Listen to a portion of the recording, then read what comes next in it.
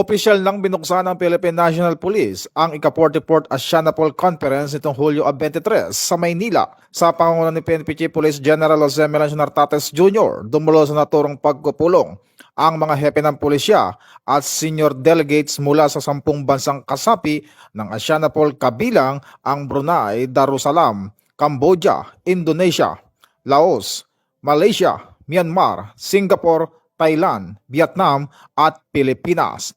Naging panauhing pandangal sa Department of Interior Local Government Secretary Juanito Victor Rimulya bilang kinatawan ni Pangulong Ferdinand Bongbong Marcos Jr. sa loob ng 3 araw na pagpupulong. Tatalakayin ng mga delegado ang pagpapalakas ng Regional Law Enforcement Cooperation, kabilang ang mas mahigpit na koordinasyon laban sa transnational crime, cybercrime, terorismo, human trafficking at illegal drug trafficking sa pamamagitan ng mas mabilis na information sharing at magkakaugnay na operasyon sa rehiyon.